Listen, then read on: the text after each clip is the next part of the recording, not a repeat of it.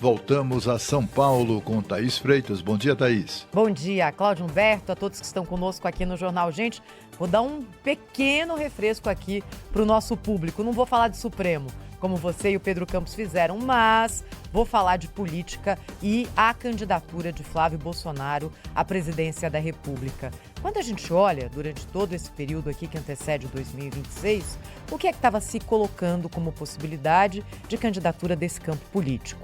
Tarcísio de Freitas, número 1, Ratinho Júnior correndo por fora, como terceira ou quarta via, Zema, Eduardo Leite e o governador Ronaldo Caiado dizendo o seguinte: aconteça o que acontecer, serei eu candidato também. O nome de Flávio Bolsonaro nunca tinha sido colocado claramente na mesa. Isso era uma possibilidade remota, o nome era testado em pesquisas eleitorais, assim como o de Michele, mas esse campo político tentava se articular sem um sobrenome Bolsonaro. E aí é o grande desafio, não é? Como ser herdeiro do bolsonarismo sem ter o sobrenome Bolsonaro colado na sua candidatura. E aí veio a novidade. No fim da semana passada, sexta-feira, Flávio Bolsonaro veio a público dizendo aquilo que você já sabe. Meu pai me escolheu para ser eu o candidato à presidência em 2026. Bem, os partidos que foram comunicados por Flávio Bolsonaro dessa decisão do ex-presidente da República, é claro que ficaram incomodados. Não é desse jeito que se constrói uma candidatura presidencial. Um decide, o outro comunica e vida que segue. Ontem à noite houve uma reunião na casa do presidente do PL, Valdemar da Costa Neto, que contou também com a presença de Rogério Marinho, também do PL, Ciro Nogueiras, do Progressistas, e Antônio de Rueda, do União Brasil, para uma conversa com Flávio Bolsonaro. A reunião começou tarde, terminou mais tarde ainda. Marcos Pereira, presidente do Republicanos, partido de Tarcísio de Freitas, não foi. O senador Rogério Marinho disse que a candidatura de Flávio Bolsonaro é para valer.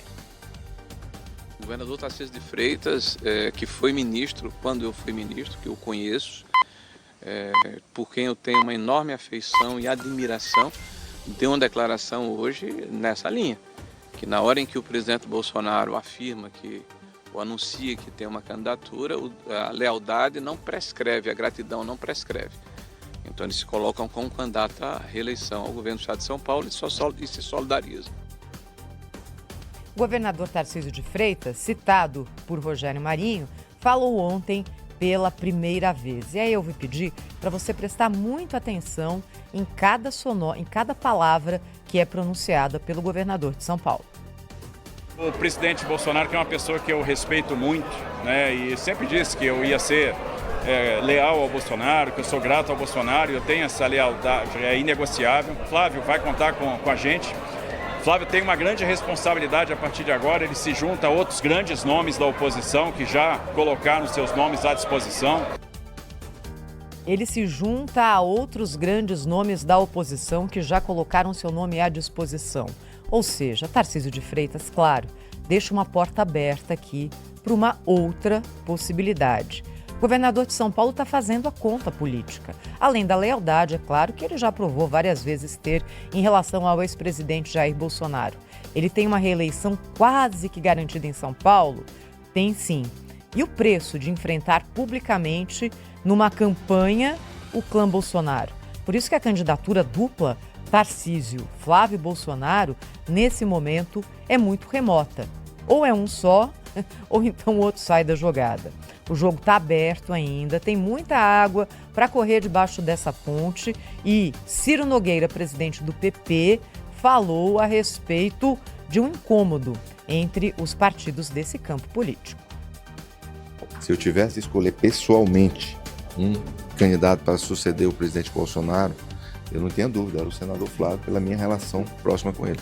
Só que política não se faz só com amizade, se faz com pesquisas, com viabilidade, ouvindo os partidos aliados. Isso não pode ser uma decisão apenas do PL. Isso não pode ser apenas uma decisão do PL. É isso. Os partidos estão ali testando. As próximas pesquisas vão ser bem importantes, até para se medir qual é o potencial eleitoral de Flávio Bolsonaro, colocado agora como candidato, não só como um nome em várias outras tentativas. Também o futuro vai colocar a possibilidade de que candidaturas que começaram pouco prováveis terminaram vitoriosas na história recente do nosso país. E olha, se a gente olhar, todos os presidentes eleitos, desde a redemocratização, tiveram um pouco de surpresa. Começando com Fernando Collor, um candidato que naquele momento quase ninguém conhecia, governador de Alagoas. Fernando Henrique Cardoso, um sociólogo que gostava de falar francês, pessoa menos popular impossível, foi eleito e reeleito 2 vezes em primeiro turno. Luiz Inácio Lula da Silva, que já tinha perdido tantas vezes, uma hora foi lá e venceu e se reelegeu.